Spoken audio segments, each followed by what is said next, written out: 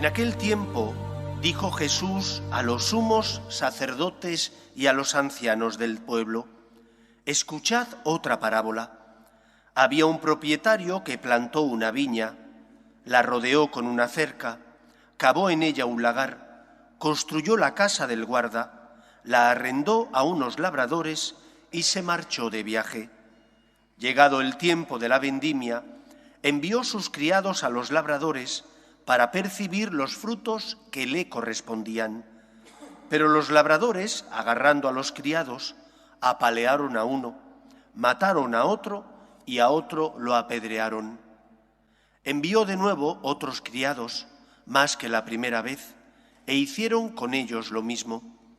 Por último, les mandó a su hijo, diciéndose: tendrán respeto de mi hijo. Pero los labradores, al ver al hijo, se dijeron: este es el heredero. Venid, lo matamos y nos quedamos con su herencia. Y agarrándolo, lo empujaron fuera de la viña y lo mataron. Y ahora, cuando vuelva el dueño de la viña, ¿qué hará con aquellos labradores? Le contestaron: hará morir de mala muerte a esos malvados y arrendará la viña a otros labradores que le entreguen los frutos a sus tiempos. Y Jesús les dice: ¿no habéis leído nunca la Escritura? La piedra que desecharon los arquitectos es ahora la piedra angular. ¿Es el Señor quien lo ha hecho? ¿Ha sido un milagro patente? Por eso os digo que se os quitará a vosotros el reino de Dios y se dará a un pueblo que produzca sus frutos. Palabra del Señor.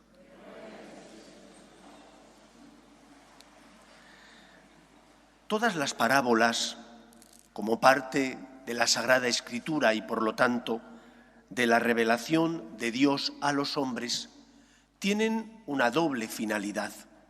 Por una parte nos muestran algo de Dios. Dios se da a conocer mediante esa revelación al pueblo de Israel, y las parábolas muestran aspectos de cómo es Dios. Por ejemplo, la parábola del buen pastor nos habla de la misericordia que Dios tiene. La parábola del sembrador nos habla de cómo el Señor se preocupa de sembrar la semilla del amor en el corazón de los hombres. Desde que les crea, pone su alma inmortal en él y ese deseo de amar y de ser amado.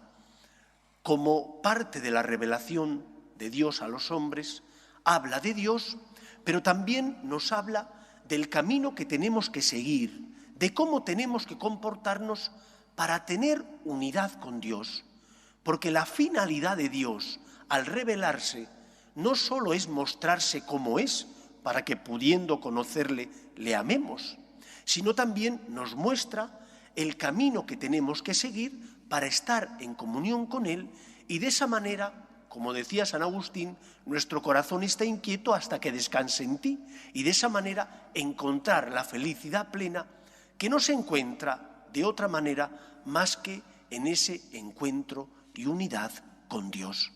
Por eso, la parábola que hoy nos propone el Evangelio, además de ser autobiográfica de Cristo, en él Jesús muestra su dolor, porque no es que esté hablando de otro, habla de él mismo, de que él es el rechazado, de que él, que es aquel en el que se cumplen las promesas que Yahvé había realizado al pueblo de Israel, en lugar de ser acogido por su pueblo, de identificarle como el Mesías, es rechazado sobre todo por los sumos sacerdotes y los ancianos del pueblo, que debían ser aquellos que, porque tenían formación religiosa y más experiencia, tenían que haberle identificado como el cumplimiento de las promesas que Yahvé había realizado a su pueblo Israel.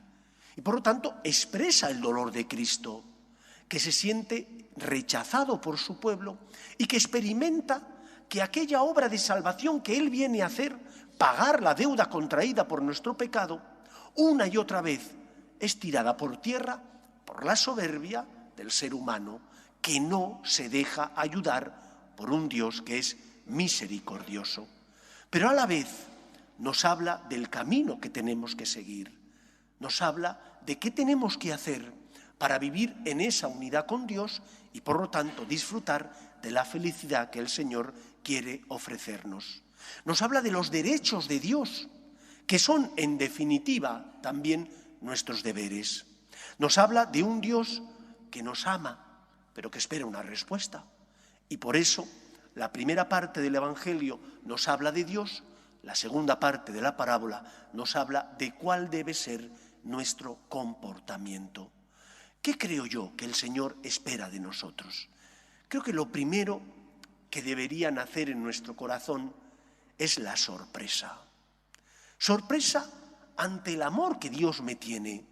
Sorpresa ante las razones que tengo, porque Dios se ha entregado para salvarme, las razones que tengo para decirle, Señor, gracias.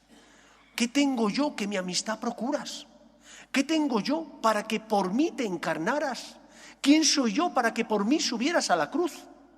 Pero en lugar de eso, en lugar de sorprendernos, en lugar de reconocer que somos afortunados porque el Todopoderoso, aquel que nos creó de la nada, que es mucho más grande que nosotros, nos mirara y nos llamara a tener con Él una relación de amor, en lugar de eso, nosotros vivimos como si fuéramos los que tenemos derecho a todo y como si Dios tuviera deberes para con nosotros.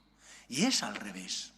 Cada uno de nosotros debería vivir su relación con Dios, marcada esa relación por la sorpresa ante el amor del Todopoderoso, ante la misericordia de aquel que lo creó todo de la nada, que me dio el don de la libertad y que cuando yo me fui por los caminos que no debía, en lugar de pagarme como merecían mis pecados, tendió su mano, porque es misericordioso, para perdonarme. Primera virtud, por tanto, que deberíamos vivir en nuestra relación con Dios, la del asombro y la sorpresa ante la mirada de misericordia de aquel que en lugar de pagarme como me merezco, porque es misericordioso, me perdona. Y fruto de esa misericordia deberíamos aprender a confiar en Él. Ante el amor de aquel que entregó la vida de su Hijo para salvar la mía, yo debería decir, Señor, me fío de ti. De otro a lo mejor no, pero de ti me tengo que fiar. Cuando miro la cruz de Cristo y entonces miro mi vida, no puedo decir más que, Señor, ¿qué quieres que haga? Me fío de ti porque tú entregaste la vida de tu Hijo para salvarme. El asombro, la sorpresa ante el amor desmedido de Dios, ante el amor de locura de Dios, debería generar en mí confianza. En lugar de vivir desconfiadamente, que suele ser lo que hacemos. Somos como esos filósofos de la sospecha, que todo lo ponen en tela de juicio. En lugar de que el amor de Dios ilumine mi vida, me dé esperanza e ilumine los momentos de cruz, lo que hacemos es rebelarnos contra Dios cuando no entiendo lo que el Señor me pide. Mira la cruz. Tu vida y tu relación con Él no tienen que estar basada en que no sabes si Dios te ama. Sí lo sabes. Has experimentado su amor. La cruz es la prueba máxima de hasta dónde Dios está dispuesto a dar para salvarte. Y por lo tanto, cuando no comprendas los planes de Dios, cuando no entiendas las cruces, cuando estés ante la oscuridad de la vida, que a veces es verdad que no comprendemos los planes del Señor, nos fiaremos de Él. Me fío de ti. ¿Qué es lo que vosotros como padres y madres les enseñáis a vuestros hijos? Cómete lo que te pongo en la mesa. Es que no me apetece comer verdura, o es que no quiero guisantes, o es que no quiero lentejas. Son buenas, fíate, cómetelas. Porque queréis a vuestros hijos, le dais lo mejor a vuestros hijos. Porque Dios nos ama, nos da lo mejor. Pero en lugar de fiarnos de Dios, lo que hacemos es rebelarnos contra Él. En lugar de mirar la cruz, y como dice San Pablo, ser fieles a los momentos de luz, dejar que esa cruz me diga, fíjate chico, fíjate que te amo, cree que te quiero, por ti me entregué para salvarte. En lugar de eso, caemos en la sospecha, dudamos del amor de Dios y nos rebelamos contra Cristo. Y en lugar de encontrar consuelo, lo que encontramos es desesperación. En lugar de encontrar paz, tenemos dos problemas. La cruz, que hemos de asumirla sí o sí, llámese enfermedad, llámese muerte de nuestros seres queridos, llámese dificultades laborales, tenemos que asumir la cruz y encima sin consuelo ni esperanza. Porque como nos hemos rebelado contra el único que nos da esperanza, que es Dios, entonces nuestra vida está carente de sentido, está carente de esperanza. Primero, mira la cruz de Cristo. En ella encontrarás luz, te sorprenderá el amor de Dios. Segundo, fíate del Señor. Como consecuencia, ante el amor de Dios, fíate de Él, porque Él te ha dado muestras de que te ama y te quiere. En tercer lugar, ¿qué tengo que hacer? ¿Qué frutos espera el Señor de mí? Que haga su voluntad. El Señor espera de mí que, porque me siento afortunado, dado que he conocido su amor, porque me fío de Él, haga aquello que Él me pide. Porque Dios no quiere tu mal, Dios quiere tu felicidad. Y por eso envía a su Hijo al mundo, para que Él perdonara nuestro pecado y para que elevándonos a la condición de hijos, pudiéramos disfrutar ya aquí del amor de Dios y en la vida eterna plenamente de su misericordia, viendo a Él cara a cara. Por eso, hagamos la voluntad de Dios, seamos dóciles, fieles a lo que Él nos pide. ¿Y qué me pide a mí el Señor? Pues es muy fácil. Primero, Dios pide que cumplas con tus deberes. Y el primero que tiene derechos es Dios. Aquel que ocupa el primer lugar en mi corazón es Dios. Tengo que ir a misa todos los domingos. Tengo que hablar con Dios todos los días. No puedo guardar al Señor en un cajón, sacarle los domingos y volver a guardarle el resto de la semana, porque es mi Padre, porque es aquel que me ama y entregó a su Hijo por mí. Y por lo tanto, todos los días tendré que hablar con Él. Cuando me levanto tendré que dar gracias, tendré que pedir ayuda, tendré que pedir perdón por mis faltas. Eso es rezar, tratar de amistad largos ratos con aquella persona que sabemos que nos ama, que es Cristo. Habla con Dios. Dios tiene derecho a que como Padre tuyo reciba tu cariño, tu amor y también a que le obedezcas. Es el Señor. Cumple con tus obligaciones, primero para con Dios, segundo con tus obligaciones para con los demás, en la familia, en el trabajo y con las personas que te rodean. ¿Cómo sé qué es lo que Dios quiere para mí? No es muy difícil. Cumple con tus obligaciones familiares. ¿Estás tratando bien a tus hijos? ¿Estás siendo un hijo agradecido? ¿Eres una persona que valoras los dones que tienes o por el contrario el sacrificio y el esfuerzo de tus padres que están pagándote la carrera? Nunca lo valoras. Nunca das las gracias, solo te quejas y no ves las muchas cosas buenas que Dios te ha dado por medio de tu familia. Cumple con tus deberes laborales también, porque lo que no puedes pretender es decir, yo quiero amar a Dios, pero después soy un irresponsable.